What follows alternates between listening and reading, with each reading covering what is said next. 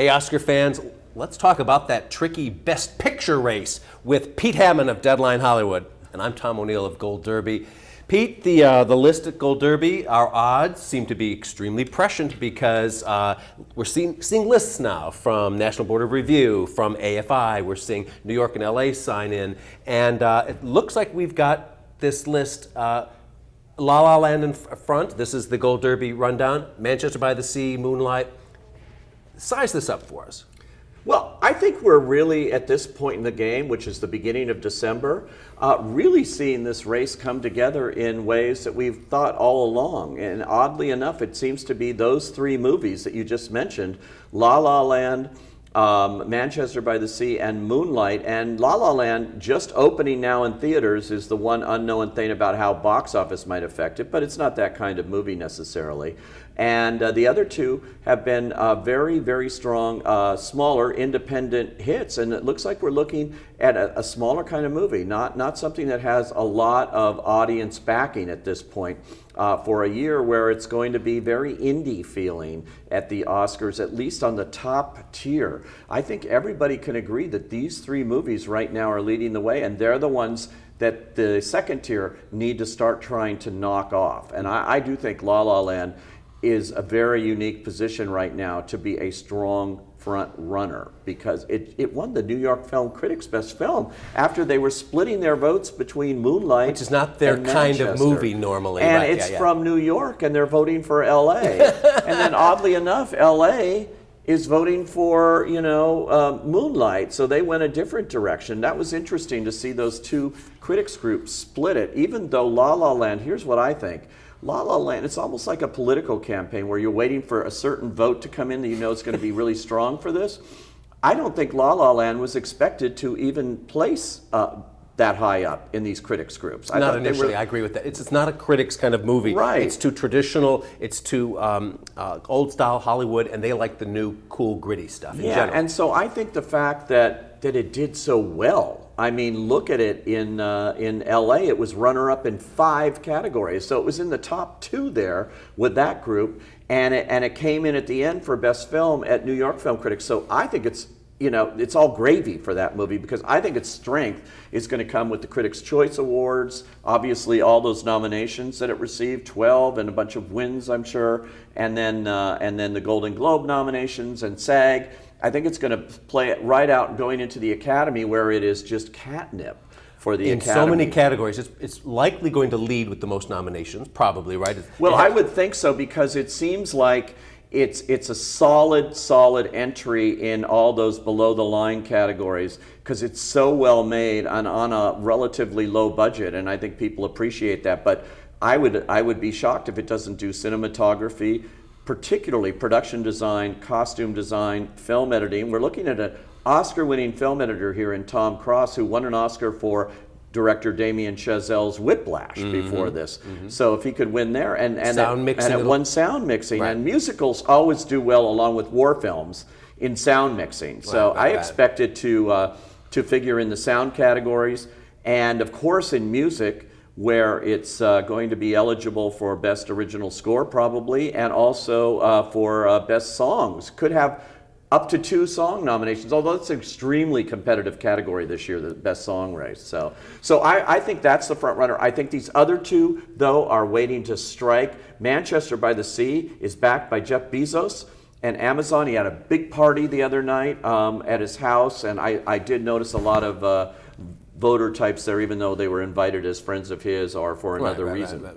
So we'll see. So on the list, we also have Fences, which is being received very well. Arrival, that kind of sci-fi movie that you don't often see embraced by Academy members, not as serious art. Remember, Interstellar wasn't even nominated for Best Picture. That's how queasy they could be. Arrival is the surprise to me. I did not expect it to do as well at the box office and or in all of these competitions. And we saw it named one of the 10 best by AFI list. Yes. And that was a big plus for that movie. Wasn't necessarily going to happen for it. It's very cerebral, though. So it's sort of Close Encounters of the Third Kind meets Ingmar Bergman. That's a essentially. very good analogy. I like that a lot. Yeah, because it's in an interior performance, and it's really, as Amy Adams has said, about motherhood and things. So it's not being sold as your usual alien movie, but it's doing well on its own, and I think that appeals to the wider craft areas as well in the Academy. So I wouldn't discount Arrival's impact. It's done very well so far. Loving is going to make it. It was not on the AFI list, and that was a bit of a... That's a big surprise to me. And me too. Because can you think of a more American movie that the AFI would embrace than this one? I really don't know what happened there. It's very surprising. But it's a fluke. We agreed it's a fluke. It will be on the Oscar list for Best Picture. Well, AFI has never been 100% with the Oscars. Anyway, the problem is AFI has 10 movies they're naming. The Oscars could be less, and has been. Yeah. And so that lessens the odds of things not on the AFI list, but it still doesn't mean that everything on the AFI list, I mean, Zootopia is on the AFI list. Well, that's what I wanted to get to, because that's an animated film there, and sometimes the Oscars, of course, put that in the Best Picture race. That was a wake-up call. Do you think it could happen on Academy morning? It could, if they're unimpressed by a lot of these other films. Yes, it's tough for animation to get in there because they feel like it's got its own Best Picture category. Right, but it's happened. Does. Up was nominated there, and what's the other one I'm forgetting? There were two. Yeah, well, Toy Story 3. Toy Story 3 was. And I do think that and Beauty and the Beast originally was the first one. That's right, 1991. Yeah, before they even had their own category. But since they've had their own category, it's been Up and it's been Toy Story 3. But I think that this picture could get an original screenplay nomination, more likely than a Best Picture nomination, along with its feature animation prize. But it puts it in a very good position to get this AFI recognition. I know. Very good position against what I think is its strongest competitor, Kubo and the Two Strings from Focus. I think that movie actually is Laika, which has been nominated now 3 out of 3 times that they could have been, and this would be the 4th. It puts them in a good position here to be the upset winner. Sully is doing better than I thought it would. I loved the movie. I enjoyed it, and the crowd that I saw it with at a New York theater loved it, but I thought it lacked probably snob appeal. Yeah. And of course, Tom Hanks has had his problems with the Oscars recently. He was not nominated for Saving Mr. Banks. He wasn't nominated for Captain Phillips. He wasn't nominated for Bridge of Spies. He wasn't nominated for Bridge of So Spies. those are 3, and Saving Mr. Banks was a supporting category, but in those 2 Best Actor races. But remember, in those recent years, extremely competitive Best Actor race. Not the case this year. It's the Best Actress race that is competitive this year. Best Actor, really, it's wide open in terms of that 5th slot, to be sure, or even 4th or 5th slot. It's not this kind of thing where, oh my God, it's going to be really, really bad news for some people that in other years could have won, much less gotten nominated. I don't think that's the case. I think Tom Hanks will get nominated. I think the thing with Sully is it's Clint Eastwood, it's Tom Hanks. They have more Oscars, they have all of this, they've been around a long time. But there's a lot of support here. It's Warner Brothers' big dog in the race. That's a lot of votes right there. And we have consistently at Gold Derby underestimated Warner Brothers movies over and over. We had American Sniper, I think, in the 11th position for Best Picture. I think we had Bradley Cooper in the 6th slot, and of course it made all those well, look jumps. at what happened with Sully, too. It came out in early September and was a box office hit. Huge. It was, much like Sniper, but that came out at the end of the year and was huge in that limited run, and then just took off to the moon. So I think that helped it there, where you didn't have it. I remember when it premiered at the AFI Fest, and it was not overly well received at that point, and that was early on. But when it opened, suddenly it was a different game. Sully, we already know, is a hit. It's well done. It had a unique. And it's about a hero, it's about a hero going through tough times after he was a hero. It was a unique take on a story we only thought we knew, and I think Sully is a quiet little underdog here, and that's weird to say since it's directed by Clint Eastwood and stars Tom Hanks and Aaron Eckhart, who's also very good in it. But I think Warner Brothers is going to have a very good morning on Oscar Day with that film. I think that's I agree. I'm late to the party. I'm sorry, Sully fans. I only recently put it in my top 10, but I have learned my lesson. Hacksaw Ridge. Let's talk about that. It's doing very well with audiences. It is a strong performance by Andrew Garfield, of course, who also has Silence this year. And the second half of the movie is inspiring. It's based on a real-life story. It has all these great attributes. But is the Mel Gibson issue over? Is it going to hurt it? Does Hacksaw get in for Best Picture? Yes, I think Hacksaw. I do think Hacksaw is a very strong movie. It's not box office. It's not burning up the box office like Passion of the Christ or other Mel movies might have. But it's such a great story for our times. This whole hero factor. We were just talking about Sully. We can talk about Hacksaw Ridge in the same way. We can talk about Patriots Day in the same way. These movies that are out there. We can talk about Hidden Figures in the same way. But I think the movie that's going to benefit the most, besides Sully, is Hacksaw Ridge. And I don't think Mel Gibson's a factor anymore. I think they look at this as extremely well directed. Right. Mm-hmm. He's not starring in the movie. He's behind the camera. Does he get nominated for director? Yes or no? Yes or no? This is a prediction website, Pete. Stick to that guy. I heard about it, but we're doing videos here. Does he get nominated? I don't know. How many members are in that quirky director's 300 branch? and something, like 14 or something, yeah. I can't begin to predict how they're going to look upon this or who in that branch is anti-Mel for other reasons. That's the wrong answer, Pete. I want a firm prediction, so you don't know. He deserves to be nominated. Oh, we don't care about deserves. We want to know, is he in there or not? I care about deserves. All right, you're dancing around the question. No, all right. mean, I'm serious. Mel Gibson deserves to be nominated for this movie. It's an outstanding piece of direction, no matter what you think or where he came from. But I think this whole Mel Gibson thing has not been a factor so far this season. Not in the reception to this movie by critics, not in the reception to this movie by audiences, not in the reception to this movie by early awards indications. It's also on the AFI top 10 list, and that's a big thing for this movie too. That really brings it to another level, in my opinion, because as we know, and we should explain, the AFI only chooses 10 films. They don't choose the best film of that or anything. And they have to be American productions. They have to be American, somehow financed-based productions. I mean, look at Hell or High Water's on that list, which didn't surprise me either, but it's done by a Scottish director. David Oh, McKenzie. that's interesting. Okay, you know, sure. so I think they look at where the financing is on these movies to determine, because it's obviously a very American story. Right. Jackie and Lion were not eligible at AFI. That's what we're talking about here. But the point Pete's making is that isn't always an indicator. There are other factors here. Yeah, but Hell or AFI High is Water. important. Let's talk about that. Yeah. You know, I think they're doing something very, very smart. Hell or High Water, and that is it's kind of like the old Crash strategy, which is. Come out early and then blitz that DVD across Hollywood. Yeah.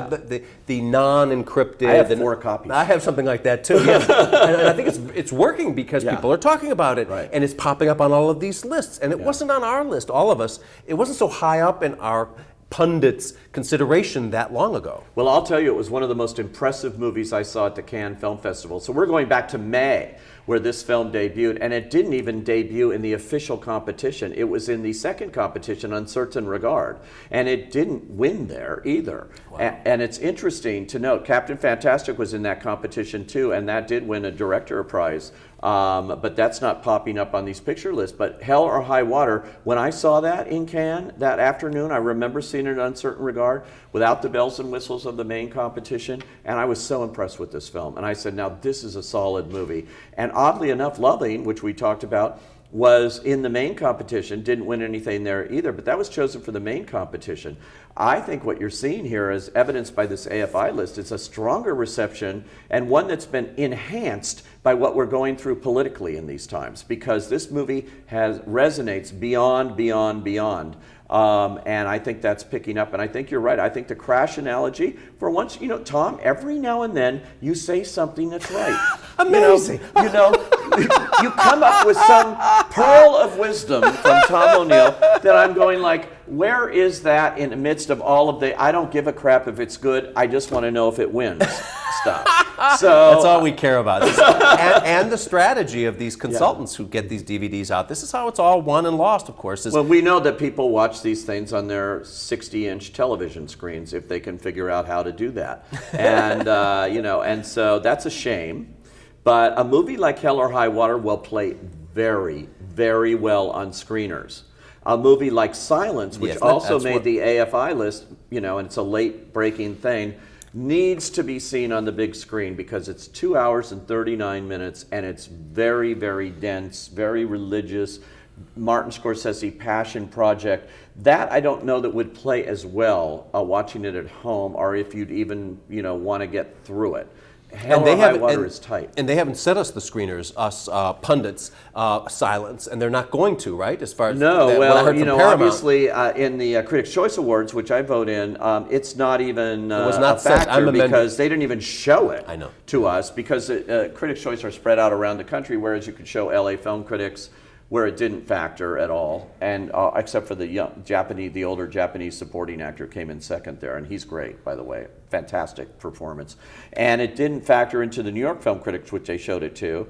And National Board of Review, I think it got a screenplay nomination. I thought the picture was very good, and it's a real passion project. I look at Silence, best chance, maybe not in the picture race, but in the director race for Martin Scorsese. You think it gets in? And it gets in for picture. It's going to get directors nominated. Look at this and say, this guy has, you know, is Martin Scorsese, and he's worked. He had to go to Cannes, I remember, on a boat 2 or 3 years ago, you know, trying to get financing for this movie. He'd never done that in his career. He got this movie made. It's a beautifully made movie, as you might expect. And actually, I thought fairly entertaining. I thought it was going to be a little bit over my head, but it wasn't at all. It's a very good movie, very good. But I don't know if it's the best picture. I think it's more like a Last Temptation of Christ for him.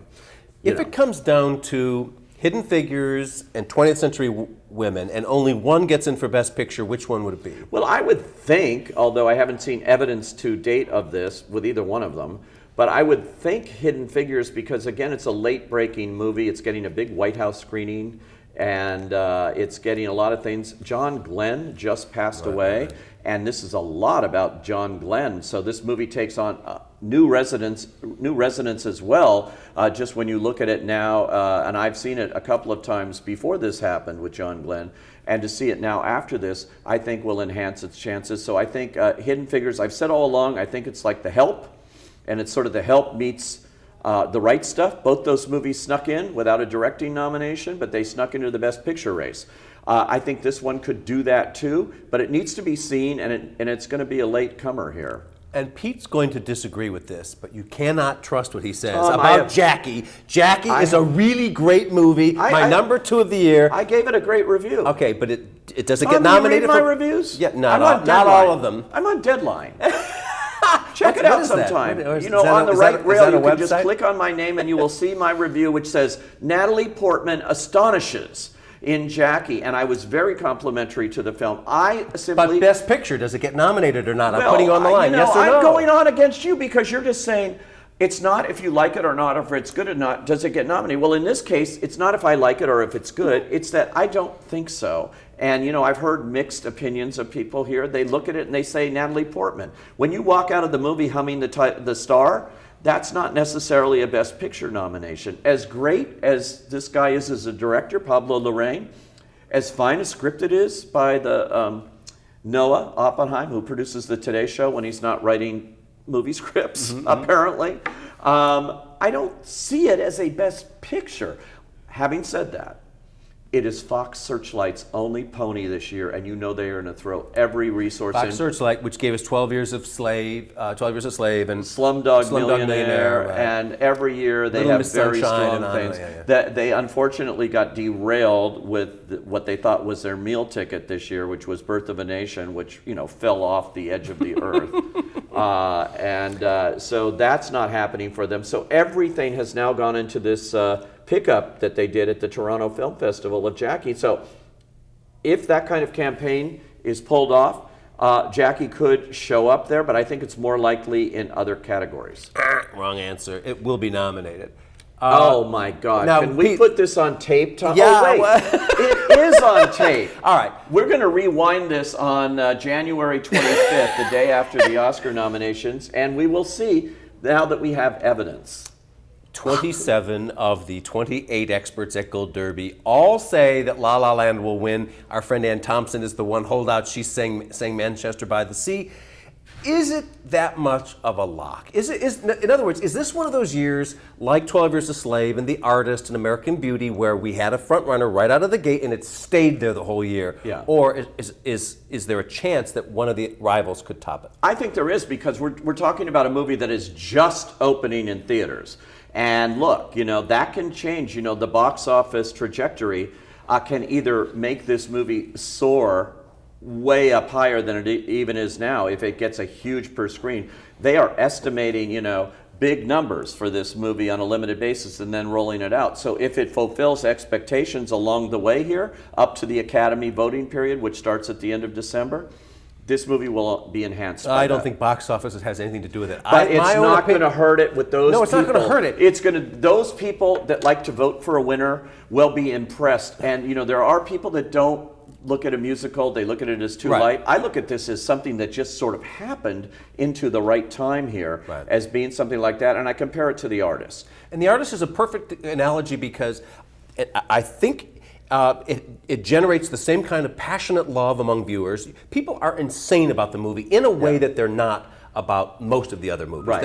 There is a real passionate contingent for Moonlight and This Manchester. has a cold. I've but seen this Academy is different. members, They're going crazy for this movie. I've seen Academy members turn up at event after event, screenings and you don't see that for another movie. No, and they talk and they go like, "This is not the first time I've seen this picture." I do remember that from The Artist, though, going there and saying I remember at the premiere, the LA premiere. And I went over to the LA premiere party of La La Land to talk to people afterwards there, and I saw the same thing, that it wasn't the first time you're at a premiere, and it wasn't even the first time they'd been seeing the movie. And so they're going again. It has that kind of magical thing for people. Now, having said that, Manchester by the Sea has a big crowd behind it. Jeff Bezos and Amazon, and they're going to spend a lot of money. They already are. And that's a powerful movie, you know, but it's depressing, let's face it. And so that can factor against it there in the end, especially when it's running up against something that might be becoming a juggernaut in the race, and that would be La La Land. And the other case, though, the one that could be the little sleeper here is Moonlight. And Moonlight. I don't think Moonlight can win. I think it is that little indie darling. It's this year's Winter's Bone, or that little indie that our Boyhood that everyone loves. It's better than Winter's Bone in terms of that. It's maybe winning. Boyhood. Maybe Boyhood is a better example. But in other words, it's within shot. But I don't think anything can take down La La Land. I was in this room with you months ago. You had seen La La Land before just about anybody else. I did. And I yelled at you, "Hey, Pete, how was La La Land?" And do you remember what you said to me? I don't. You said, "It's not only the best picture of the year, Tom, it's one of the greatest movies of all time." And when I saw it, I said, absolutely. It's in a class by itself. That sounds like a little overhyped from me, but maybe I did say that. And, I don't know, but I would say that it's a movie that really resonates when you see it. And, look, I got to counter everything here. When I saw that picture, I didn't really know what it was until I saw it. And I'm a big fan of Jacques Demy, and it's a real love letter to the films of Jacques Demy, Ambrose of Cherbourg, Young Girls of Rochefort, and to those musicals of Gene Kelly. I'm a sucker for that. So when I saw it, tears were coming down my eyes because I said, wow, this guy's 31 years old, Damien Chazelle, and he gives me hope for the future of movies because he recognizes what made them so great in the past and found a way to merge it for an audience today. I think this picture is going to do very well with young women, with younger audiences. It's not afraid to be a contemporary romance with a nod to the past and to those great artists, but it makes it work for today, and that's what's so great about La La Land. So I think it's hard to discount that factor. It's such an original movie, oddly enough, this year, and that's great. But Moonlight, I loved when I saw that at Telluride, and that also very personal. And I think that can come up. I think Moonlight's going to do better than you think it will. I think it's going to win all these ensemble prizes. Really? How do you top a movie that has 3 actors playing the main role at different times and 3 actors playing the friend of the main guy too, and all in an ensemble, all working in concert with each other without being together? That defines ensemble for me. It's not just a lot of great actors in one movie that are all together. I think there are a lot of great movies like that this year. I would say Hell or High Water's a terrific ensemble movie. La La Land's a terrific ensemble movie. Manchester by the Sea, smaller cast, but also works well in terms of that. But I can't think of any movie where they really depended on each other. It was almost like being in a race where they're handing off the baton. La La Land people would say, to counter that, well, La La Land has 150 SAG members in it, dancing on the freeways of Los Angeles. And I know that's the sales line. That's the sales line. To SAG. Let's every time you talk about La La Land, can we mention that it's 150 SAG members in it? And that's great. I'm fantastic. You know what? I cannot say anything negative about La La Land at all. I'm just saying that Moonlight has a degree of difficulty in terms of creating an ensemble, in terms of making this movie work. because these actors actually don't look like each other, like they would grow up to be these Sure. people. They make you believe they are the same person and the same Sharon throughout this movie. So kudos to them on a tiny little budget. I heard this was made for $1.5 million. Wow. Tops $2 million, and it's got our 12 Years a Slave producers behind it: Jeremy Kleiner, Dee Dee Gardner, Brad Pitt. And they know something about winning Best Pictures and against big competition. So this is the little engine that could Moonlight here, and it's so far it hasn't made a false move.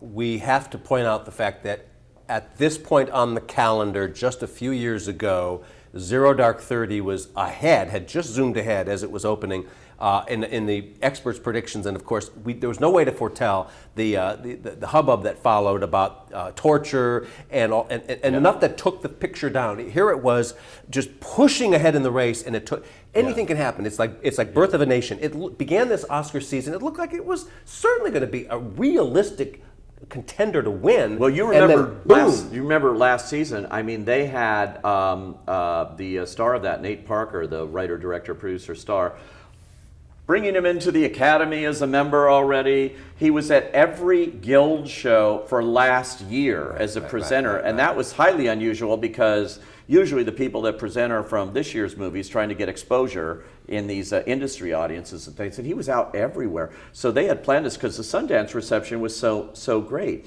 And then a personal scandal hit there. And then also, we had the Oscars So White controversy in the last 2 years, however unfairly that I keep saying, I don't think that was a fair thing. I think the Academy's over the years done a lot, here. I think what it did for them was to improve their membership organization and requirements. But in terms of the movies nominated, they were getting hit right and left, and this looked like, when it came out in January at Sundance, made for Oscars. Oh, finally, right in the midst of all of that, here comes a movie that's actually about black people, starring black actors, African American stars and things. This is going to sweep the Oscars because they need this. Well, guess what happened? There's so many terrific films with people of color and different things, different actors this year across the map that they have to choose from. That didn't become a factor for that at all.